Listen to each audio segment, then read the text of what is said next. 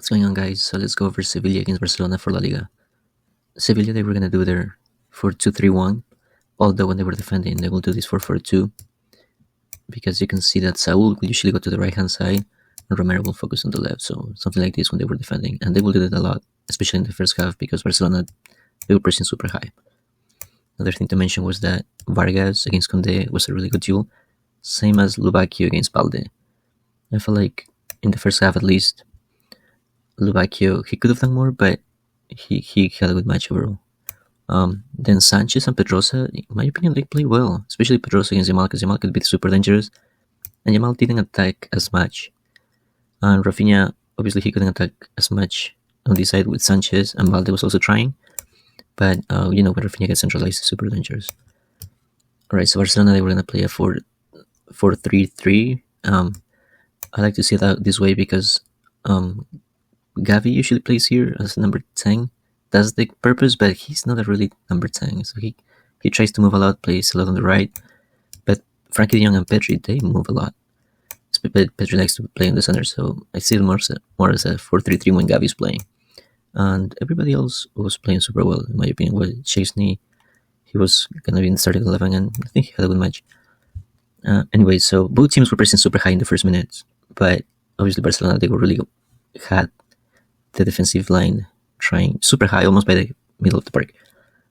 Sevilla on the other side, they were just waiting and tried to counterattack. You could see that right away in the third or sixth minute, Barcelona had already some chances, especially with Yamal. But the goalkeeper, Nealand, he had some really good saves. So, if anything, the score wasn't as much because in the first half, he had some really good saves. Then on the 7th minute from a corner kick, Pedri passes it to Yamal. Yamal sees Rafinha, and then Rafinha's gonna cross it, and Martinez is gonna win that ball, and then on that bounce, Lewandowski is able to score.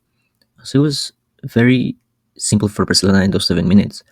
But right after that, you will see that Lubacchio sees Saul making a good run behind Martinez's back, and in that case, Vargas, he was very active in the first half, and he starts running and he scores the 1-1. So very good match at that point. It was less than 10 minutes, and both teams were really going for it. But obviously after that, Barcelona, they tried, but Sevilla, they felt comfortable just waiting and doing a lot of counterattacks. And as I've said many times before, every time Barcelona press super high like this, they leave a lot of spaces behind Araujo and Martinez back. So it's super dangerous, but that's how they like to play.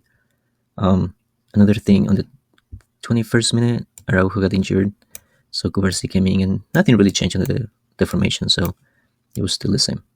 Alright, also keep in mind that sometimes, since Valdez and Conde was super high, Lubacchio will also drop, and they would do almost 5 or 6 in the back, depending. So I feel like that really stopped Barca from time to time. After the 35th minute or so, Barca was very predictable. Barcelona, they just couldn't get into the box either. They were just trying to cross, but in my opinion, Lewandowski, after the goal, he didn't do much, and he was getting fouled a lot. So I don't know, they just couldn't surprise in the box. So they just didn't do much on that case. All right, so then right before the first half ends, Lubacchio did this bicycle kick, and I'm just showing it because I haven't seen one of these in a long time, so it was really good. And that was the end of the first half.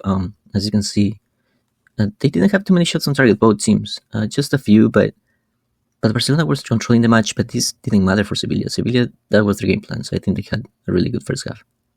Anyway, so right after the second half started, Fermin was gonna come in for Gavi. But Fermin, he is really like a number 10. So now it was a lot like this, because they move a lot, Frankie de Jong and Pedri. But Fermin, he's a number 10, and he had a big influence in the game because Valdez gonna give a great pass to Pedri, and Pedri has plenty of time and space there, and he sees Fermin making a run in the box. Lewandowski misses that, but Fermin scores that header, and that was the 2-1 at the time. So Fermin had a very good impact in the game, because Gavi didn't do too much, to be honest. But then after that, Sevilla also had some great chances too, and so it was a very open match. And with the 2-1, Sevilla even had some goals disallowed, so it was really, really, really big game.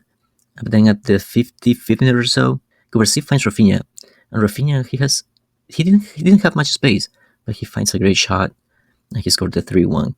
But this goal came after too many touches. There were a lot of passes from side to side, side to side, and Rafinha found that and scored that excellent goal. Then on the 61st minute, Fermin made this foul. VAR checked it. It was a red card.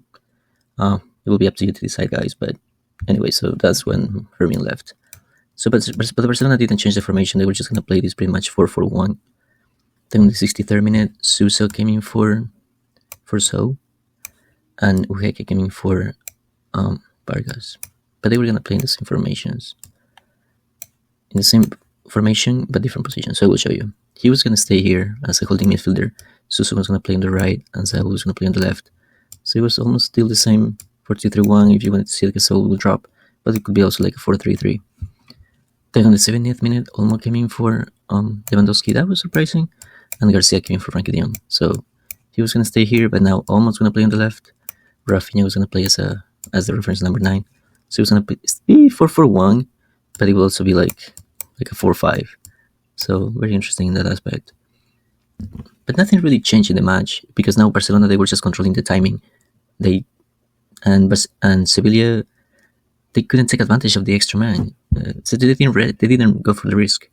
Then on the 75th minute, Buena came in for Saul, and Agome came in for Guglielmi.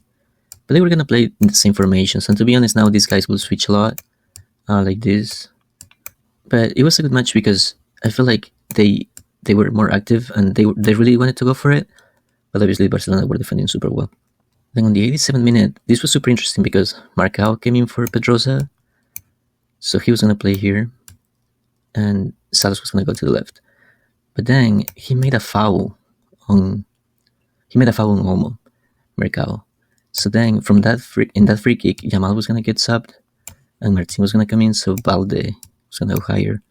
Rafinha here, Olmo here, Balde here. It was still a 4-4-1, but the formation changed. But from this free kick, Rafinha is going to find Garcia in the box. And that was the 4-1 for Barcelona.